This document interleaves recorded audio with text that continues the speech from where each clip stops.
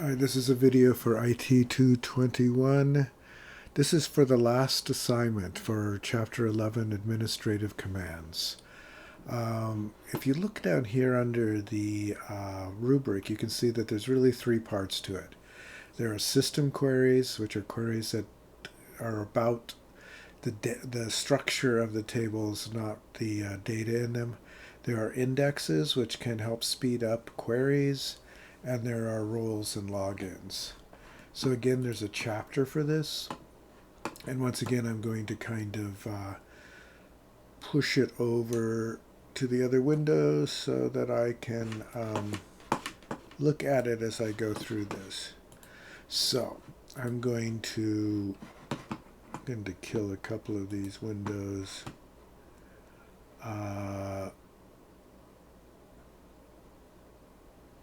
Let's see if I can. I've already copied the code from these. Alright, so I'm going to go up and create a new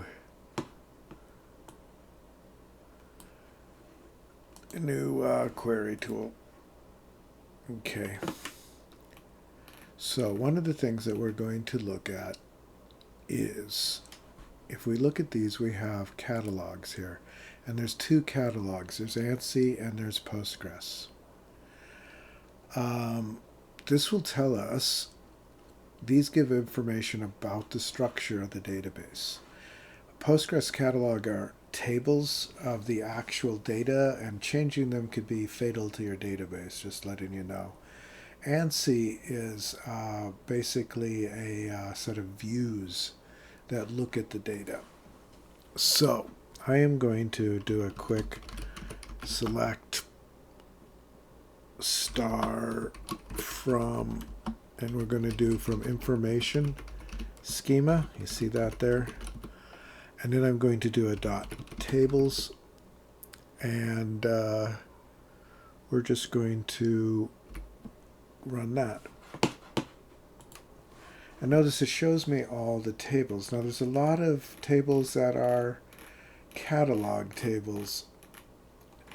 So if we want to, you might see there's person and grant application and event, but there's also a lot of config and things like that. One of the things we could do is look at the schema a little bit more. We could say where table underscore schema equals public. So we only want to look at the tables in the public schema, which is where all of our tables are for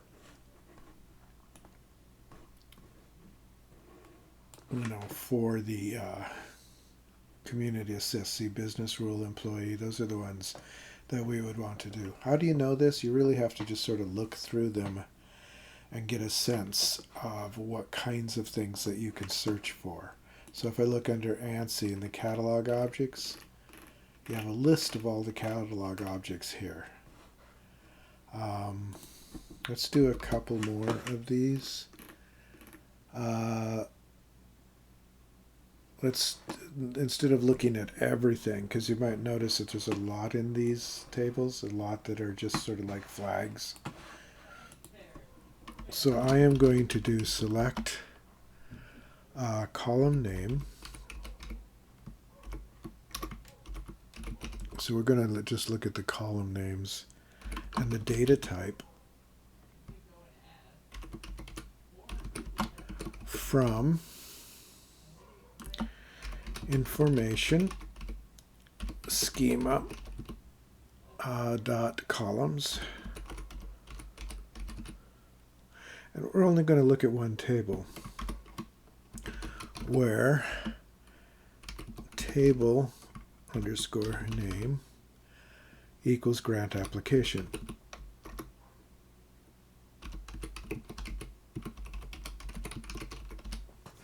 Okay, so we want to see the column name and the data types for all the columns. Oh, it's information underscore schema. for all the columns in Grant. And there they are. And it gives the type of data that each one is for all the fields in there.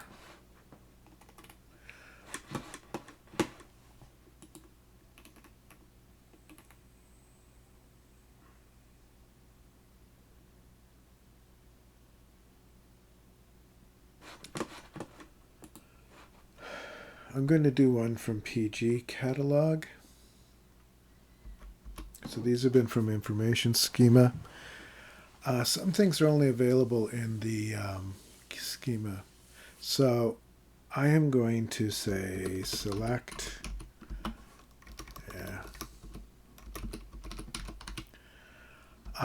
table schema, table name, and is updatable. This is a way you can find out what views are updatable. From information schema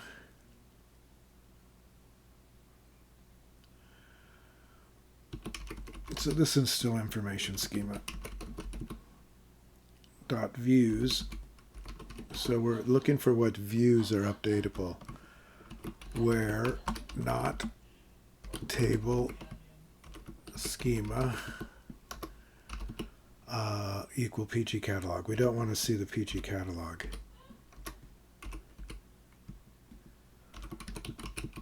We don't want to see those views, and we also don't want to see the views in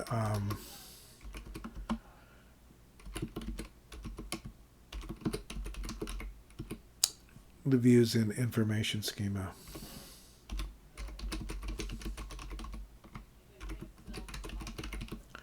So this should just give us all of the views that we created that are updatable.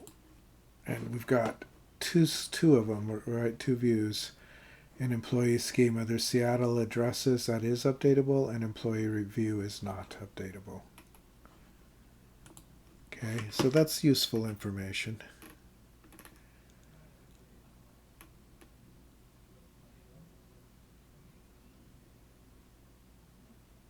So let's look at constraints. This is a bit more complicated. Constraints are things like keys, etc. So I'm going to do select column name data type constraint type.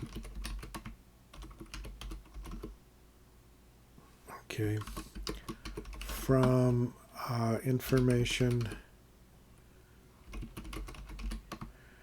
schema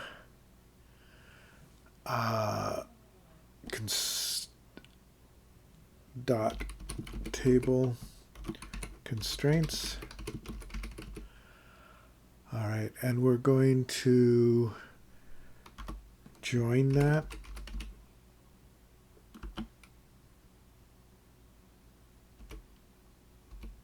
on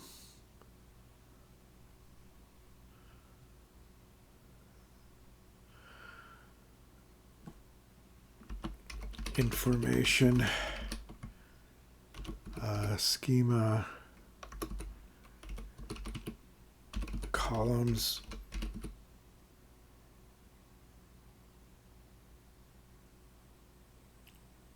dot table name. I'm copying this because I couldn't remember it offhand. Is equal to information schema dot constraints dot table name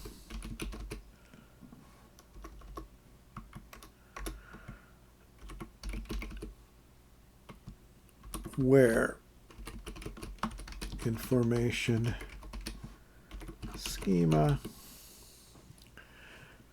dot columns table name equals grant application, because we're only going to look at that one table.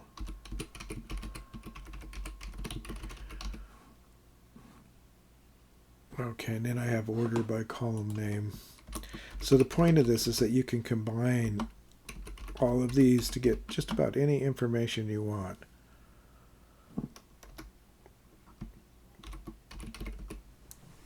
All right, let's see what we got. See if this works. Doesn't like. Oh, join.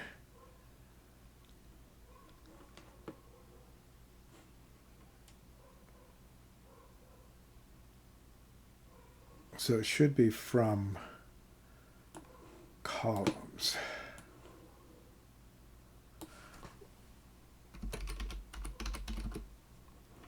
And then join on join information schema.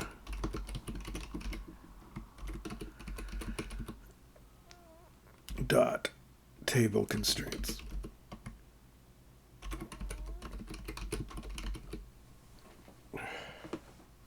That should work. Doesn't like column name.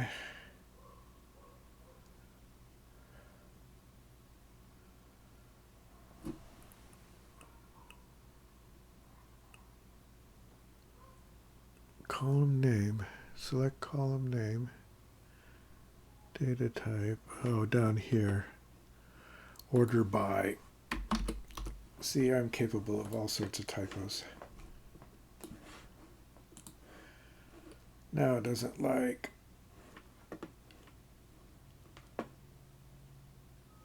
missing from clause. Did I?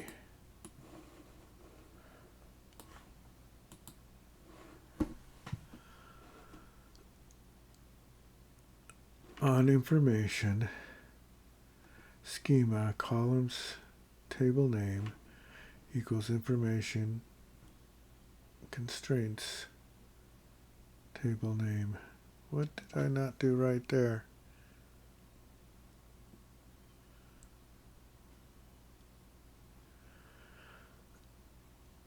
Oh, it's not constraints, it's table constraints.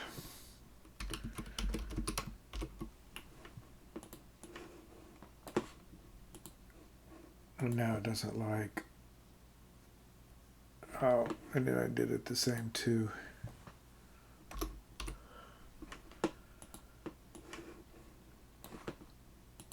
Yay.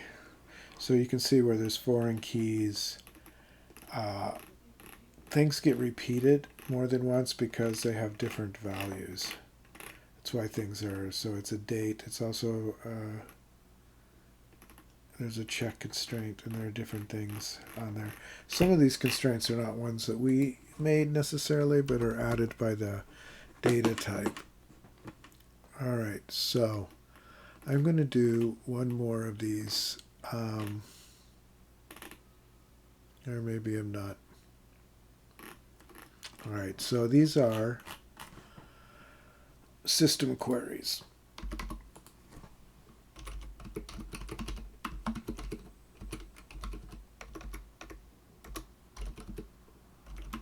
Queries about the structure of the database. Meta queries.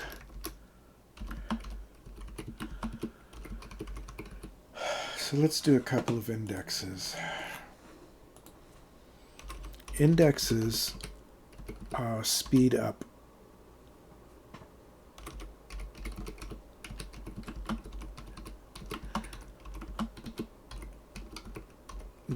up queries. They can be used to help speed a lot of things up. So, and there's a lot of information about them, but I'm just going to show you the basics. I'm going to, it's pretty simple. Create index on, and I need to give it a table name, so we'll give it on person, and we're going to do it as on person last name. So the idea of an index is you would put it on a field that would be used a lot in a query. So I'm going to run that. Now, when we look at tables, let's close our ANSI thing here. And we go down to tables, and we look at person now. There are indexes, and there's a person index last name. See how that's listed? So it will help speed up queries that are searching, use the last name as a criteria.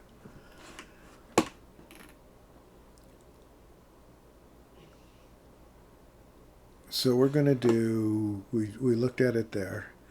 I'm going to use the PG catalog, which we didn't do before, to look this up. I'm going to say select table name, index name, index def, all right, from PG indexes,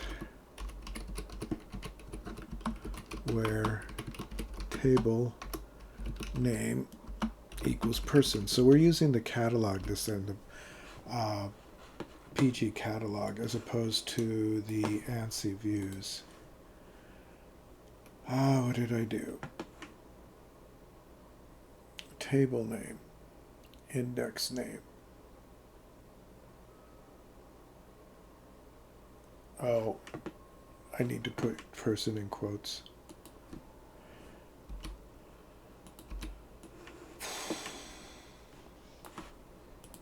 There we go. Now there's 3 indexes, right?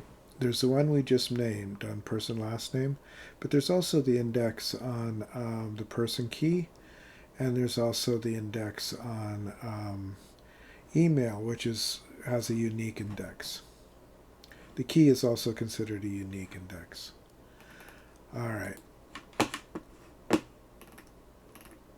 Let's do a unique index.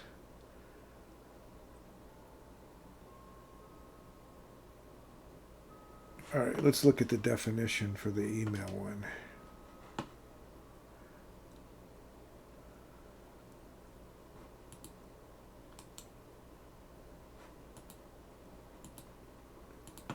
I just want to stretch this out a little if I can. All right, so create unique index, person email, key on public person using B-tree person email. A lot of that isn't necessary because those are defaults, like the B-tree, and the public is default. All right, but that's a unique one.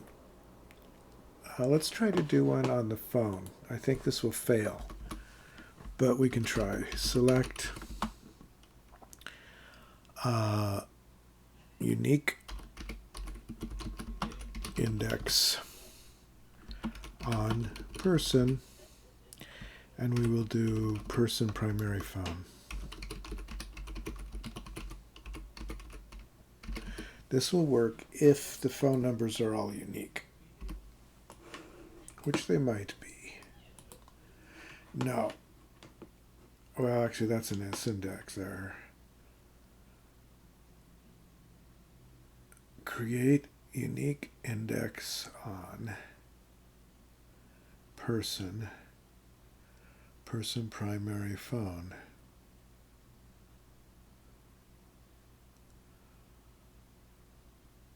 I do not see the error.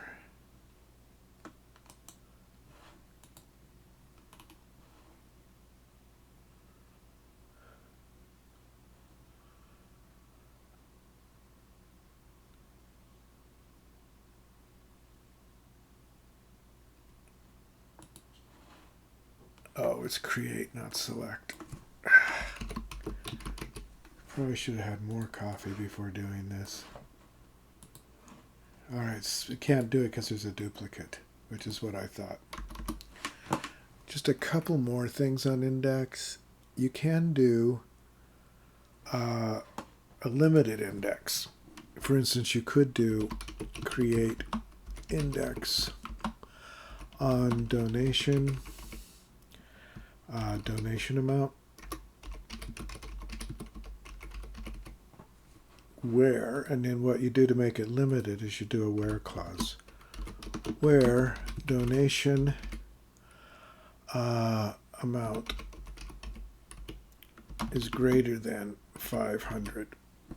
Okay, so we're only indexing those within where the donation amount is greater than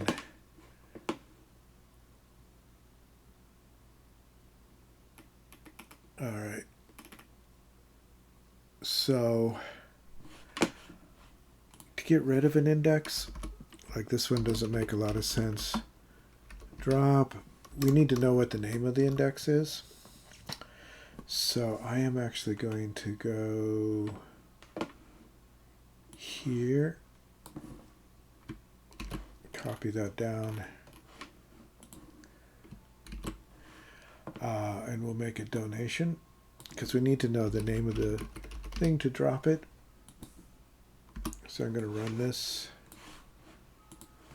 And the donation, this is where it's greater than 500. The name of the is donation amount index. So I'm going to say drop index donation underscore donation amount IDX. And it should, it dropped it. So it should be gone now.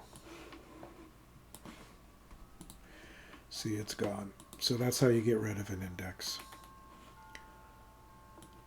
All right. So now we're going to do a little bit about authentication.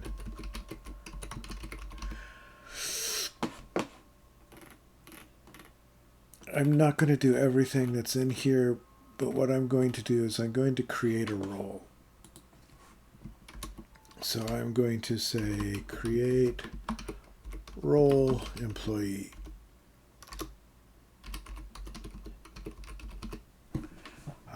I kind of want to make sure that I don't have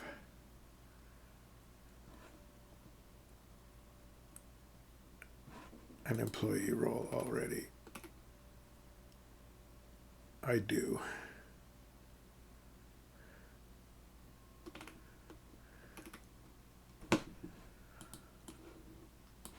I'll just call it employee role 2.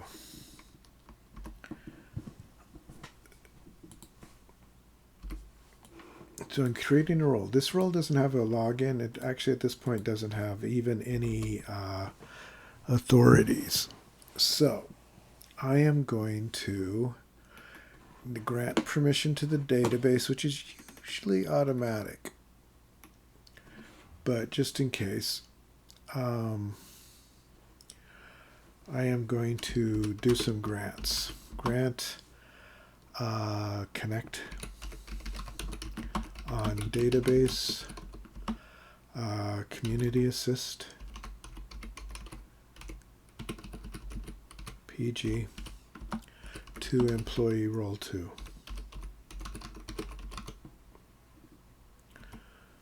All right. I'm going to do several of these in a row. I'm going to grant usage on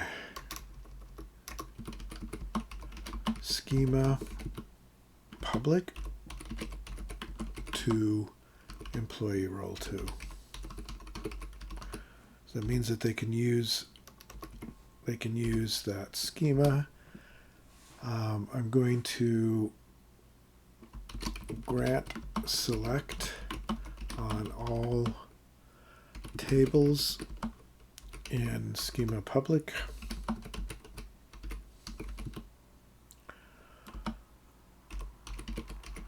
To employee role 2.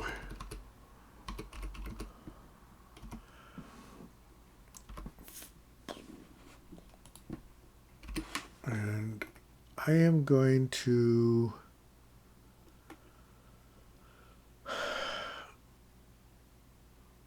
what else should I do? I might do one other. Let's grant insert. So grant insert on all tables in schema, which actually you may not want to do, to employee role 2. You have to think about these. Part of it is you'd really want to think about what permissions do you need to give them. So I'm going to run this. Hopefully they'll all be granted. They were. This is really simple. The book goes into detail and gives them more realistic permissions, all right? But you can grant all of the permissions. Permissions tend to be like select, which allows you to read, insert that allows you to add, update, delete, right? The same kinds of functions that you usually have. You can also set permissions on create and alter. So I am going to add another one. I'm going to create a person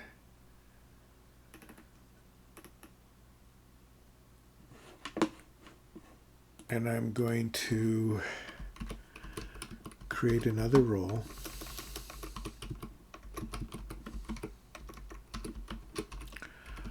This one is going to be for J. Anderson. With password, we're going to give it a password. And the password will be password. And we will log on. We're also going to give them a logon and inherit roles. It will inherit whatever other roles have, whatever roles it has.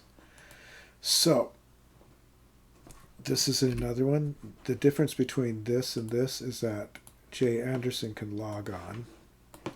They don't have any other privileges though. Whoops.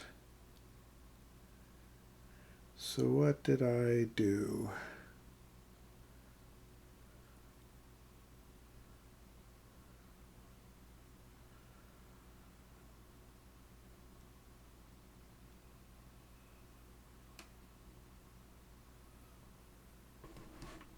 There's a comma. It doesn't like comma there.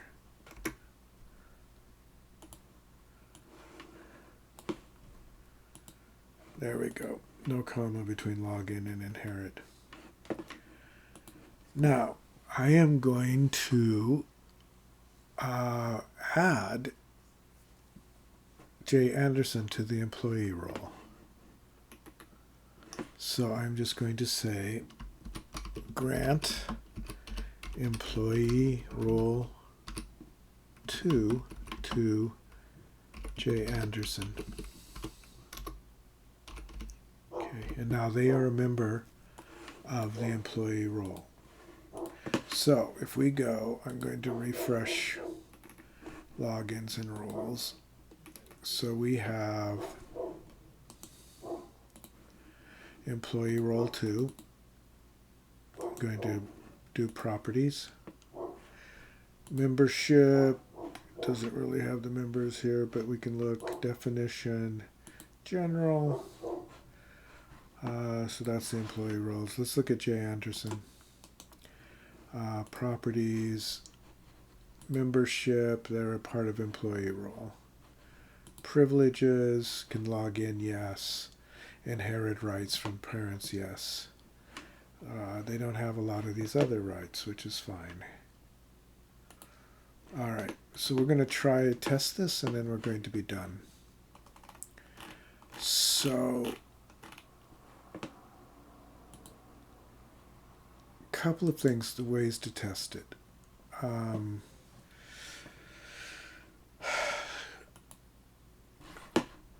So I am going to disconnect this server. And then I'm going to go to the properties. And for the connection, instead of Postgres, I'm going to do J. Anderson. Make sure it's build right, and we're going to do password p at ssw0rd1. So we're going to save that, and then we're going to reconnect. So we need to do our password. Going to do OK.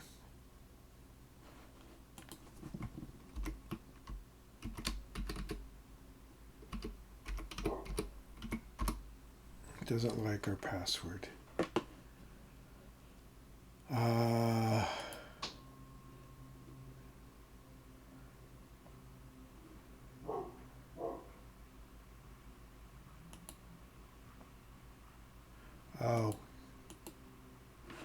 All right.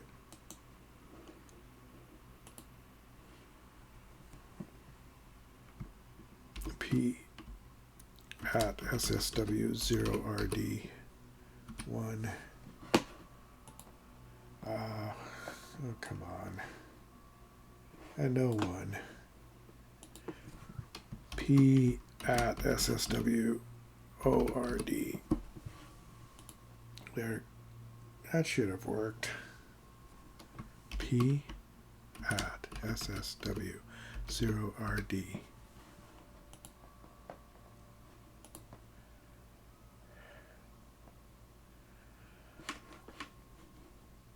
Let's go back to properties.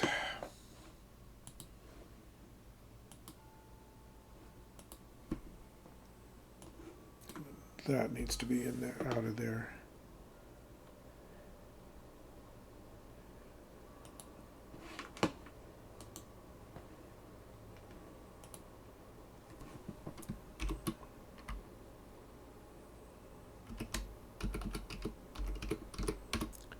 There it connects.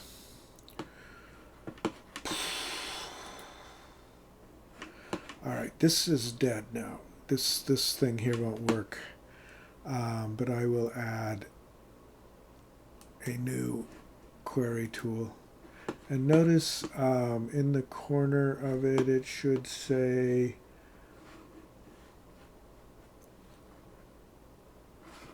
should have J. Anderson here.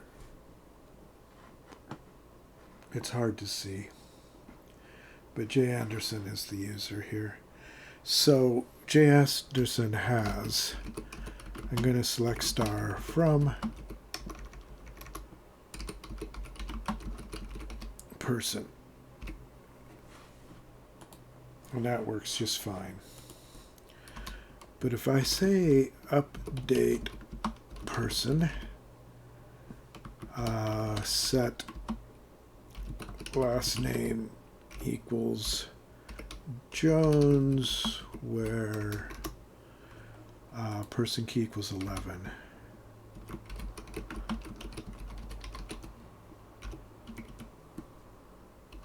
So if I run that, it will tell me that's because it's person last name. I don't want that error. All right, try one more time. So permission is denied. That's what I was looking for. All right, to go back, again, you want to disconnect the server. I'm going to go to the properties.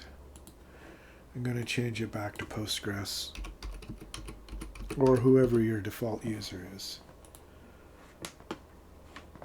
and then reconnect.